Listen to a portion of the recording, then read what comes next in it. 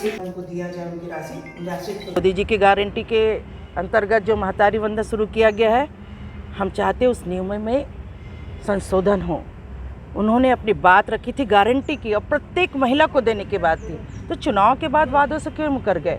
आप क्यों सभी महिलाओं को नहीं दे रहे? प्रत्येक विवाहित महिलाओं को इसका लाभ दीजिए।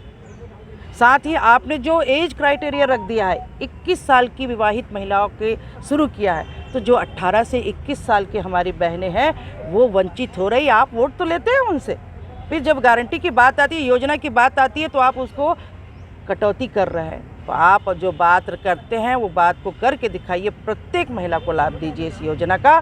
हमारी निराश्रित विधवा और परित्यक्ता महिलाएं हैं, आपने उनमें भी कटौती कर दिया। निराश्रित महिला को पैसे में पैसा जोड़ दिया।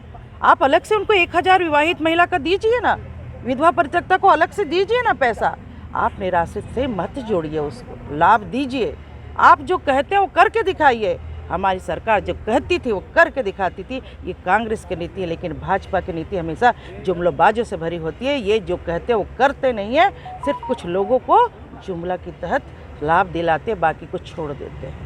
1 तारीख को ये योजना लागू हो जाएगी, पैसे राशि डीबीटी के माध्यम से बैंक खाते में चले जाएंगे। अगर नहीं मिले तो क्या कदम उठाएंगे आप लोग? बिल्कुल हम आंदोलन करेंगे, विरोध करेंगे। हर महिला को लाभ दिलाने के लिए हमारी पूरी महिला कांग्रेस की टीम और हम सब मिलकर आंदोलन करेंगे और महिलाओं के लिए हमेशा तत्पर खड़े रहते हैं, खड़े रहेंगे। पैन कार्ड जिनका कहीं भी इनकम टैक्स नहीं है, जीरो है। महतारी वंदन योजना में कुछ सुधार और उसमें कुछ और चीज़ जो समावेश किया जाना है उसको लेकर के ज्ञापन दिए। उनके साथ में और भी हमारे पार्षद थे और साथ में कांग्रेस की महिलाएं थी।